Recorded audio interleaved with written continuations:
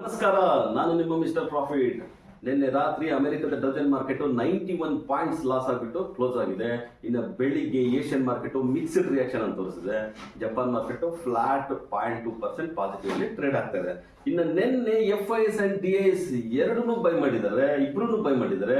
FIS ಬಂದ್ಬಿಟ್ಟು 1440 crores by ಮಾಡಿದ್ದಾರೆ, DIS ಬಂದ್ಬಿಟ್ಟು 452 crores ನ ಬೈ ಮಾಡಿದ್ದಾರೆ. ಇನ್ನು ಬೆಳಿಗ್ಗೆ ನಿಫ್ಟಿ ನೋಡೋದಾದ್ರೆ 25,210 ನಲ್ಲಿ ಟ್ರೇಡ್ ಆಗ್ತಾ ಇದೆ.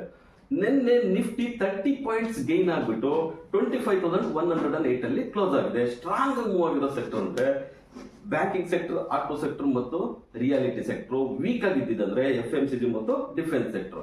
ಇನ್ನು ಇವತ್ತು ಎಬೌಟ್ 25,180 ಇದ್ರೆ ಮಾತ್ರ ಬೈಂಗ್ ಝೋನ್ ಇರುತ್ತೆ, ಇಲ್ಲಾಂದ್ರೆ ಸ್ವಲ್ಪ ವೀಕ್ ಆಗಿ ಇರುತ್ತೆ. ನಿಫ್ಟಿ ಇವತ್ತು ಫ್ಲಾಟ್ ಆಗಿ ಓಪನ್ ಆಗುತ್ತೆ. ಸೊ ನಿಫ್ಟಿ ರೆಸಿಸ್ಟೆನ್ಸ್ ಬಂದ್ಬಿಟ್ಟು 25,230 ಆಗಿರುತ್ತೆ. ಇನ್ನು ಸಪೋರ್ಟ್ ಬಂದ್ಬಿಟ್ಟು 25,025 ಆಗಿದೆ. ಇನ್ನು ಬ್ಯಾಂಕ್ ನಿಫ್ಟಿ 135 ಪಾಯಿಂಟ್ಸ್ ಗೇನ್ ಆಗ್ಬಿಟ್ಟು 56,240 ಅಲ್ಲಿ ಕ್ಲೋಸ್ ಆಗಿದೆ. ರೆಸಿಸ್ಟೆನ್ಸ್ ಬಂದ್ಬಿಟ್ಟು 56,700 ಆಗಿದೆ. ಸಪೋರ್ಟ್ ಬಂದ್ಬಿಟ್ಟು 55,700 ಆಗಿದೆ. ಇನ್ನು ಸೆನ್ಸೆಕ್ಸ್ ನೋಡೋದಾದ್ರೆ 136 ಪಾಯಿಂಟ್ಸ್ ಗೇನ್ ಆಗ್ಬಿಟ್ಟು 81,926 ಅಲ್ಲಿ ಕ್ಲೋಸ್ ಆಗಿದೆ. ನಿನ್ನೆ ಆಲ್ಮೋಸ್ಟ್ ಎಲ್ಲಾ ಮಾರ್ಕೆಟ್ಸ್ ಅಂದ್ರೆ ಎಲ್ಲಾ ಸೆಕ್ಟರ್ ಪಾಸಿಟಿವ್ ಅಲ್ಲೇ ಇತ್ತು. ಸ್ವಲ್ಪ ವೀಕ್ ಆಗಿದ್ದಿದೆ ಅಂದ್ರೆ FMCG ಮತ್ತು ಡಿಫೆನ್ಸ್ ಮಾತ್ರ ಅಂತ ಹೇಳ್ಬೋದು. ಇನ್ನ US 8ನೇ ದಿನ ಶಟ್ ಡೌನ್ ಕಂಟಿನ್ಯೂ ಆಗ್ತಾ ಹೋಗ್ತಾ ಇದೆ.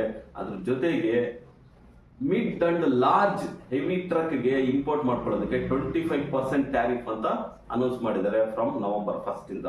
ಇನ್ನು ಗೋಲ್ಡ್ ಆಲ್ ಟೈಮ್ ಅಲ್ಲಿ ಟ್ರೇಡ್ ಆಗ್ತಾನೆ ಇದೆ. $4,000 per ounce ಗೆ ರೀಚ್ ಆಗೋಗ್ಬಿಟ್ಟಿದೆ. ಇನ್ನು ರುಪಿ ನೋಡೋದಾದ್ರೆ ರೆಕಾರ್ಡ್ ಲೋ 88.80 ಅಲ್ಲಿ ಟ್ರೇಡ್ ಆಗ್ತದೆ.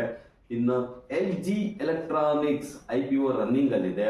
ಮರಿದೆ ಎಲ್ಲರೂ ಅಪ್ಲೈ ಮಾಡಿ. ಇನ್ನು ನಮ್ಮ ಚಾನಲ್ನ ಲೈಕ್ ಮಾಡಿ, ಸಬ್ಸ್ಕ್ರೈಬ್ ಮಾಡಿ, ಶೇರ್ ಮಾಡಿ.